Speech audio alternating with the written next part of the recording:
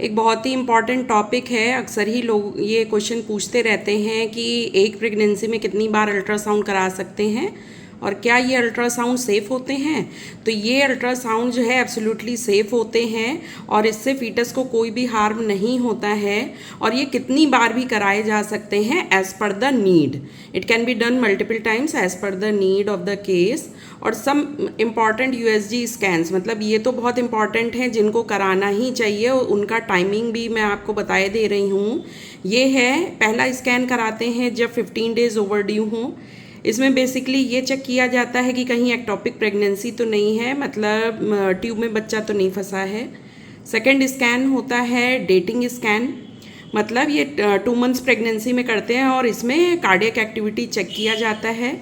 जिन लोगों को अपनी डेट अच्छे से याद नहीं रहती है या जिनको प्रोलॉन्ग साइकिल की प्रॉब्लम है, जिनको पीरियड हमेशा चढ़ के आता है, इरेगुलर मेंसेस रहते हैं, उनके लिए इसको डेटिंग स्कैन इसलिए कहते हैं कि इसके अकॉर्डिंग जो डेट आती है, एक्सपेक्टेड डेट ऑफ डिलीवरी, उसी को ही हम लोग आगे फॉलो करते हैं, उसी को ही हम फाइनल मान के चलते हैं। फिर एक थर्ड स्कैन होता है जिसे NT-NB स्कैन कहते हैं। ये न्यूकल थिकनेस और नेज़ल बोन होता है। ये 11 to 13 वीक्स ऑफ प्रेगनेंसी में किया जाता है और ये बेसिकली क्रोमोसोमल एनॉमली या किसी कंजेनाइटल एनॉमली को देखने के लिए किया जाता है। और NT-NB स्कैन के साथ में डबल मार्कर ब्लड टेस्ट भी जाता है जिससे क्रोमोसोमल एनॉमलीज को रीचेक किया जा सके। फिर आता है लेवल 2 या टीफा। टीफा मतलब targeted imaging for fetal anomaly और ये करा जाता है 19 से 21 हफ्ते के बीच में, यानी 4.5 से 5 महीने की प्रेगनेंसी में ये होता है।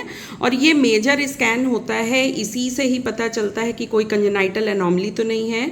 और ये लेवल 2 या टीफा को क्वाड्रुपल मार्कर टेस्टिंग के साथ में क्लब किया जाता है और जिससे ये पता चले कि क्रोमोसोमल एनॉमली अगर कोई है तो उसको भी रूल आउट कर लिया जाए क्वाड्रुपल मार्कर से।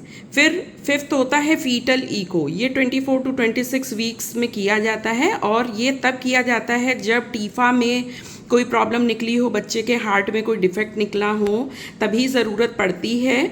या कोई और मतलब जैसे डायबिटीज़ वगैरह की दिक्कत तो नहीं है, या किसी का न्यूरोलॉजिकल या एंजाइटी डिप्रेशन के लिए तो कोई मेडिसिन नहीं चल रही, इन सब केसेस में फीटल इको मस्ट होता है, तो ये भी कराना चाहिए।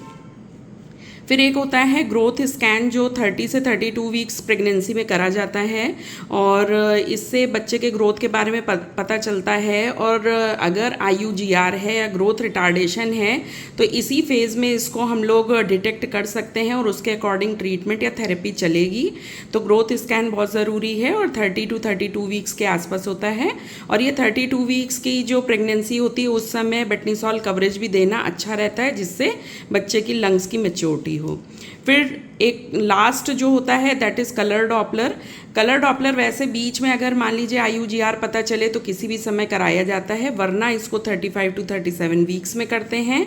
और ये लास्ट स्कैन होता है जिसमें क्या चीज़ बेसिकली देखते हैं कि बेबी की लाई क्या है, बच्चा सीधा है, ट्रांसवर्स है, ऑब्लिक है, क्या है, ब्रीच तो नहीं है, लाइकर की कंडीशन कैसी है, पानी कम तो नहीं है, ज़्यादा तो नहीं है, ऑलिगो या पॉलीहाइड्रामनोस तो नहीं है, प्लेसेंटा कैसा है, प्लेसेंटा का लाई कहाँ पे है, लो लाइन तो नहीं है, या प्लेसेंटल फ्लो कैसा है। ये कलर डॉपलर में बेसिकली चेक किया जाता है कि कहीं ऐसा तो नहीं है एंड डायस्टोलिक फ्लो एब्सेंट है या रिवर्सल है।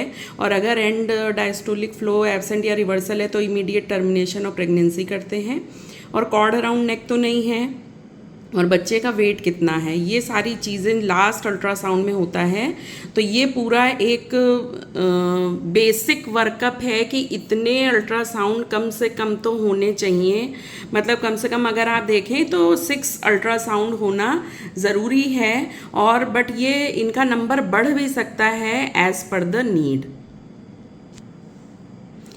मुझे उम्मीद है कि ये वीडियो आपको समझ में आया होगा और जिन लोगों को, जो लोग ये प्रेगनेंसी की फ़ेज़ में हैं, आप ये वीडियो उन तक भी शेयर करिए और मेरे चैनल को ज़्यादा से ज़्यादा सब्सक्राइब करिए।